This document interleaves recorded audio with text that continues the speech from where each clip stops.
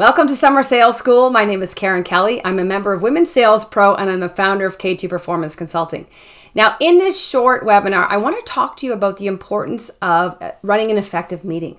And you might think, well, why is this important now, Karen? And I would say it's always important, but think about the time we're in now. We're in the last 2 weeks of summer. People are getting those last bit of cottaging, of hanging by the pool and really relaxing in preparation for that back to school feel, that back to basics, and really having back in the office or the virtual office, having meetings and really ensuring that we're hitting the value button, that we are exchanging value for time as it relates to our meetings.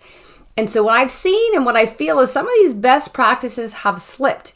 And as a result of the pandemic, and we were working in an office and we went virtual, and along the swing, some of the fundamentals have slipped. And what's happening are people getting on the phone or in a boardroom, whether it's an internal or an external meeting, and they're winging it. And they're showing up and there's a lot of small talk, but at the end of the meeting, there's really no advancement. We're not getting our audience closer to where they need to be. And so by the end of this webinar, we're going to really focus on 3 areas. We're going to talk about the mindset and what mindset do we have to adopt before we even show up to this meeting. And most often we're thinking about ourselves and our key points, our slides, our selling messages. And what I would invite you to do, and what we're going to talk about today, is the other person's perspective. So just get inside their head for a moment and what are they thinking? What do they hope to cover? What do they definitely want to avoid? And some of this might be starting from an assumption, but it allows them to feel we've considered their point of view. So the mindset of the other person. Then we're going to look at a framework. So when we show up, do we have some form of roadmap or structure to keep us on track where we want to be? So we're not getting a question and then completely going off left field, going over time, missing all our agenda items. So we want to maintain control. And in order to do that, we need to have some structure. And then finally, an accountability plan really to ourselves. And are we keeping a mental scorecard or a mental note to really know about our audience? When are they leaning in? When are they leaning out? So that we can ensure that we are tailoring and aligning the stories we tell, the messaging we have, so that we are advancing, we are moving forward. At the end of the meeting, it shouldn't be a continuation. That's not a good exchange of value for time. So I always say the currency we trade now is time. And at the end of this meeting, we should be one step closer to that overall goal. And it might be a very long sales process or goal you're trying, or large, lofty goal, but incrementally, these meetings should be starting to get you closer to that. So we have to be asking ourselves in our meeting, are we exchanging value for time? And the reason this is so important is people don't have the attention span they used to, and they're not going to give you the luxury of 2 or 3 meetings to try to make it up. So we have to be hitting that value button immediately. And so again, in order to help you do that, we are launching the Summer Sales School. We're going to be delivering a number of webinars to really give you tactical plans to help you run your business, engage with your prospects more effectively. So when you think about September that's coming, back to basics, back to school, back to basics. And so when, as I mentioned, in the pandemic, we've lost kind of those best practices, especially as it relates to meetings, engaging our audience, following a structure, and advancing, getting closer to where we want to do, where we want to be. And we are the expert in this field, so we need to control the meetings. We need to guide them along. We need to be demonstrating our capability, our credibility, and, getting those next steps, not relying on them. They're looking at us to do that. So we need to be in control. We need to introduce the best practice as it relates to back to basics or back to fundamentals. So some of the things that we've just lost due to perhaps having less meetings, due to, going virtual in the office and not really knowing where we're landing in a hybrid model, but are we still really taking that consultative approach? And so the first one we talked about is that mindset. And what I would say is, before you get on that call, tap inside your audience's mind for a moment and just think, what are they thinking? When they accepted this call, why did they accept it? What are they exciting? What do they hope to get out of this call? What are their fears? What do they don't want to talk about? What do they want to avoid leaving with? Because think about it, if they're talking to you, they might be talking to 2 or 3 others like you. And immediately they're probably commoditizing themselves. So knowing that, what are things you can do or not do to really stand out and make that difference? Okay, what does a good meeting look like for them? And I would say to be engaged, to make it about them, to ask them questions, to come with a point of view, but also consider their point of view. What 3 to 5 questions will they have before coming into this conversation? And why is that so important? Well, they're coming up. There might be a reluctance. They might have been tasked to show up to this meeting. And all of a sudden, someone gets on the other phone and has a point of view or an assumption about them. They're coming to the table with something. It might be off a little bit, and that gives them the opportunity to correct you. But what it does for them is it allows them to feel heard. They think, wow, this person's actually considered, my role, my objectives, my goals. And they're answering questions that I haven't even asked yet. And so that really disarms them and allows them to start letting you into having a truly honest and authentic conversation. And only when you do that can you start moving the needle forward. Otherwise, they're closed. They're telling you what you think you want to hear because they know it's all about you. So if you could take 3 to 5 minutes and just write down a few key points about what they hope to get out of the meeting, what they want to avoid, what questions they might have, what objections or objectives, and what motivates them, what's going to want them to move forward, what's going to allow them, what information do they need to move forward. And it's not a big exercise, but it just allows us to shift our lens in which we're coming from. Because most people are all about themselves and thinking about their slides, their discount offerings, their key selling messages, their customer stories. Consider your audience. How are they showing up? How was their day? And just really tap into their brain. And I can tell you, the experience is completely different and it doesn't take a lot of work. So I would invite you to do that next time you're getting in front of your audience.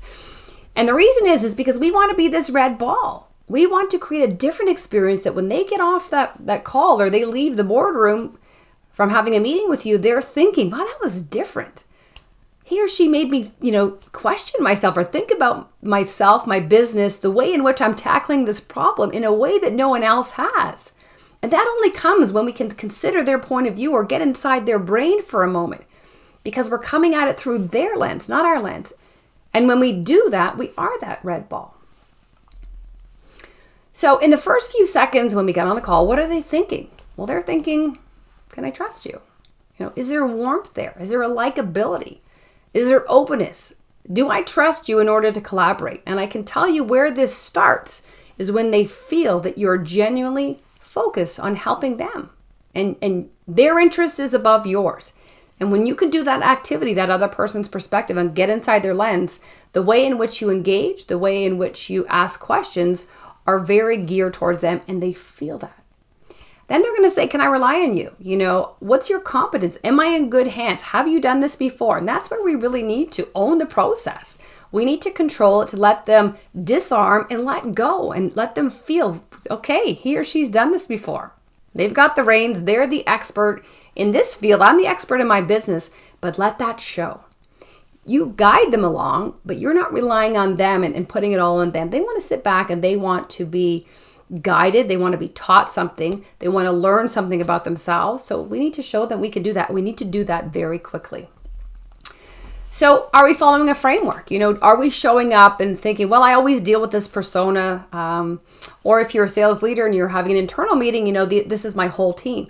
But everyone's different. And so we really want to know what framework are we following so it allows us to have a structure to fall back on. And when we have that, we have the freedom to really engage with our audience and check in with them. If something's not resonating, if we can read body language, we can check in and dive deeper there and break it apart to ensure that they are understanding or what's holding them back or why is there a reservation or a reluctance to move forward. And when we don't have a structure, we're inwardly focused and we're thinking, where's my next point? What am I going to talk about next? And we don't have the freedom. And so when we can follow some form of framework, we have the freedom to make it completely about them. And as I like to say, to dance in the moment, go where we need to go because we know where we are and we know where we need to be going.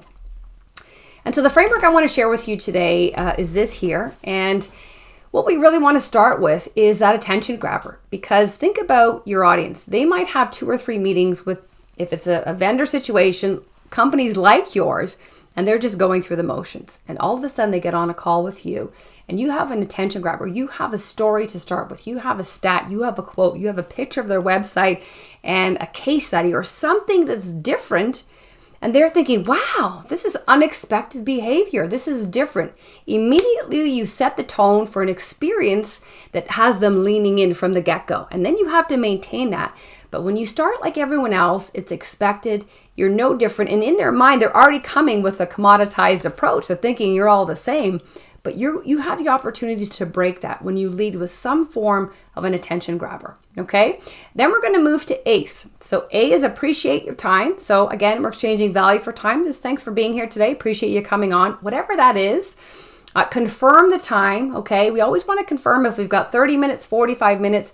And the reason here is if it's changed and we don't have enough time, we may need to reschedule. If there's some people that can stay and some can't, we need to know who those people are. We would always be front loading the value anyways, but really ensure we get their questions asked, their feedback up front so that when they leave, they have a good sense of what the meeting was. And then E is that end goal. So what's the purpose? What's the end goal? So we're all here today so that by the end of this 30 minutes, we're in a position to do what? And let everybody know the objective, the purpose. Why are we here? But then get in alignment. Is that okay with you, John, Frank, Marcia? We're all in agreement? Okay. Is there anyone else here? Is there anything else we need to be adding to this?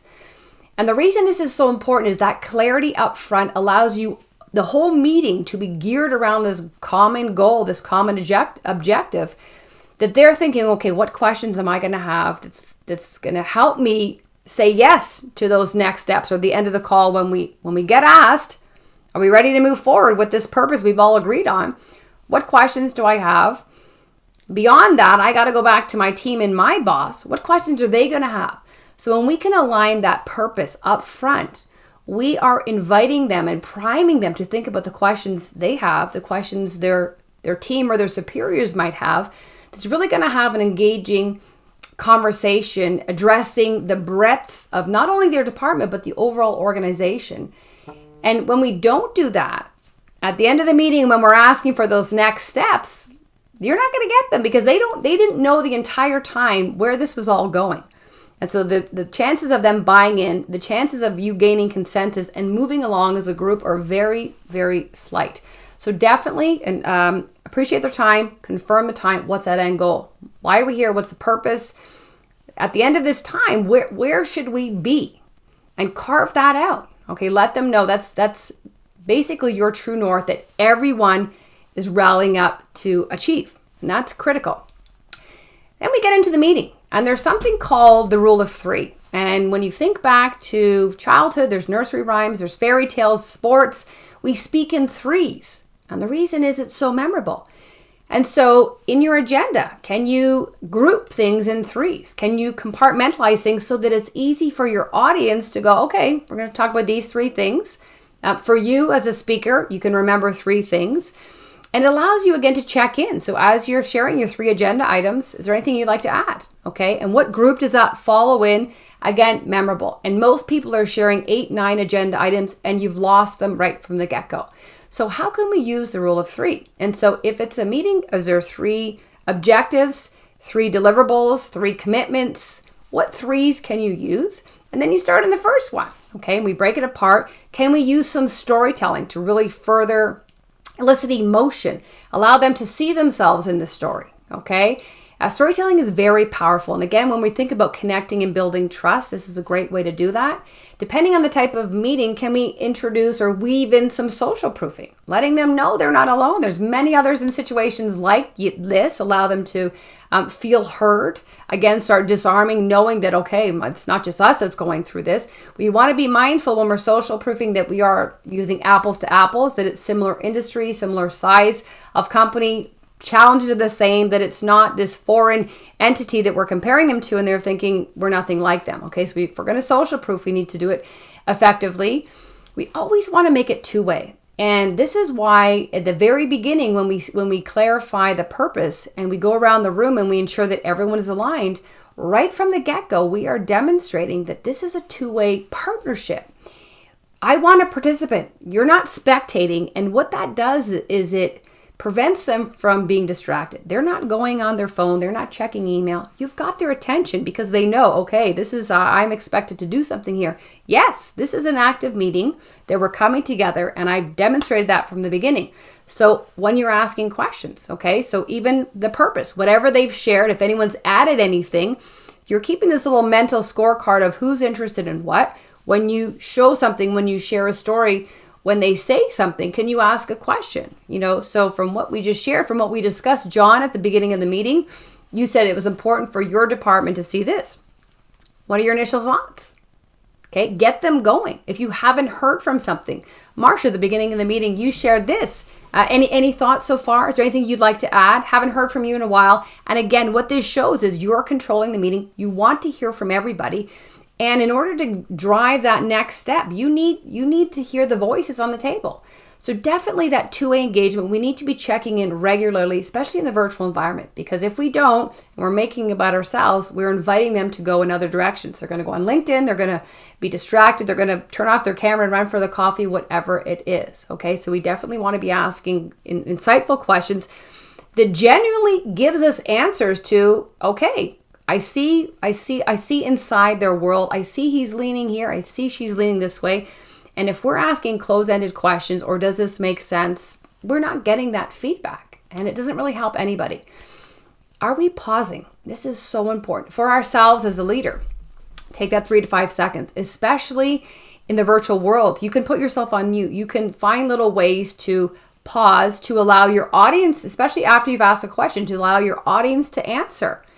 Because sometimes it's the first time they've heard the information you're sharing, and they just need a moment to process it, to digest it, to think about it. And so pause. And you could even say, I'm just going to pause here for a moment and let this sink in. I'm just going to pause here. Let them know you're doing it, but definitely pause for effect leading up to something, after something. And even I would say, if you're asking a question, you say, any questions? You're not going to get a question. Okay, so really point it from what I just shared there on the deliverables, on the feature, whatever it is. What questions do you have as it relates to this? And really point it, okay? Because a vague question will yield a vague answer, or most likely no answer, okay? So we definitely want to pause after we've dropped a huge nugget, before we drop a nugget, to really allow things to settle in. And then we wrap up and we say the end goal. So we bring it back to where we started. The beginning of the meeting, we all agreed the objective, the purpose was this. I want to go around and are we there now? Are we ready to move forward to those next steps, whatever they were? And the beauty is here, it's no surprise. You've told them at the beginning of the meeting where you want to be taking them. You've all agreed. And I would even use the word, we all agreed here, because you went around and you got agreement that this is where we want to be. You've invited them to add anything else, so there's no surprises. So are we ready to do that? And you're really creating that locking key that allows you to advance, because you've kept a tight meeting. You've checked it along the way. You've told them where you're going to take them, and now you're taking them there. And the beauty of the rule of 3 is you're creating this situational awareness that allows them to know where they are in the meeting, in their world of whatever you're speaking about. And they can do that by the rule of 3, but it also allows you to stay on track. Okay, so it allows you to have that clear purpose, but then have that end goal. And then I would say, once you get agreement that yes, these are the next steps, we're ready to move forward because we've all agreed on them. The meeting, the questions we've asked, the engagement, the story, the social proving has all supported us in moving to those next steps. Okay, so that call to action is those next steps. If it's another meeting, can we get our calendars out? Can we book it? I'm just going to send you the invite now. If you just want to take a second, I'll just pause for a moment. You can go ahead and accept it. You have access to the people right now. Use it, okay? If it's booking a demo, whatever it is, if it's getting you have to get access to their database or something, get that next step out there right now. We've asked questions and answers as we've went. We definitely want that two-way engagement. But here's a chance, from what we shared, and a quick summary from what we shared about A, B, and C, what final questions do you have? And sometimes there's none here because you've done such a great job throughout weaving in questions that you've addressed them as they go. And that's critical because people are not going to hold their questions and they're going to feel unheard and they're probably just going to check out. And so I would say if there's something here you really want to share and no one's asking it, plant a question. So a lot of times when we're at this stage and, people we're considering those next steps, and they're always asking, what happens here? And so you might be thinking that yourselves and then go into it. Okay. So if there's no questions, always have 2 to 3 questions that you can plant. And what that does is it educates them, but it primes them to go, oh, I need to be asking this. So help them out, tee it up a little bit. Okay. And then finally the summary. Okay. So the reason we have the summary at the end is we want the last message. Okay. We want to leave them. What is that final message we want to leave them with? And that's where we can summarize. Okay, if we've opened it up to questions at the end, someone might ask a question that exposes something that leaves a negative feel to the meeting, and that's the feeling they leave with. So let's reverse it. Let's get the questions weaved out through in, final questions at the end, and then summarize. And let them know. Before we summarize, we're going to open it up for some questions. So they know the summary is coming next. Okay, so that's the framework we can follow to really ensure that we're engaging with our audience, we're making it two-way, and that we are achieving a goal. Here's the purpose, here's everything that's going to help us achieve it, and then at the end, did we achieve it, and are we ready to lock those next steps in place? So it really allows advancement, and that's what we're after here. Okay, so we have to be asking ourselves, are we connecting the dots for our prospects or our audience, whoever we're having the meeting with? And the type of questions we ask, the next steps we have are all going to help them do this, because we really want to help them see the path forward, help them see around the corner. And this is sometimes why people are reluctant to move forward, because they just see what's in front of them. Our job is to help them see around the corner, answer questions they don't even have yet. And when we can do that, we are that entrusted advisor. We are that consultant, that safe place that allows them to see the path forward and with us. And you have to ask yourself, have best practices slipped? And if they have, we can only move forward. We can't look back. Okay.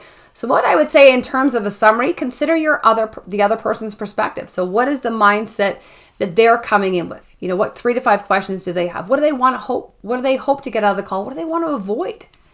What can we be doing before the meeting, during the meeting, and after the meeting? So really considering where they are in their business, what opportunities are going on, what triggers are going on after. Was there anybody not on the meeting that we can send a video to, timestamp it, and really focus and say, hey, risk management, you want to look at 12:40 to 13:40, we talk about this. CFO, you want to look at minute 4, and really get reach and breadth and help this message grow within the organization. And finally, when we can do all this and really be considerate of our audience, you're creating an experience for them that's going to be memorable, that's going to invite them to think about themselves, their business in a different way. Teach them something about themselves. That's what we want. We want to be different. If they're thinking, oh, they're similar to the other group, we haven't differentiated ourselves. So part of that is just having that attention grabber and coming at it from a creative, authentic lens to create the experience that we're looking for. So what I would urge you to do is think about what's one change that I can add to my meeting that's going to help me engage my audience, make them feel like they're the only ones in the room, that I consider their point of view, that my ultimate goal is to help them achieve their goal and move forward. And finally, when I can engage them, when I can follow a framework, when I have the freedom to truly check in with them and answer their questions, ask questions, listen to the unspoken and the spoken, I'm going to create an experience that's completely different from anybody else. And that's going to be memorable, and that's the goal. So hope you found this helpful. Let us know what one thing you've changed and the results you've experienced from it. And enjoy the rest of your summer. And thanks for watching.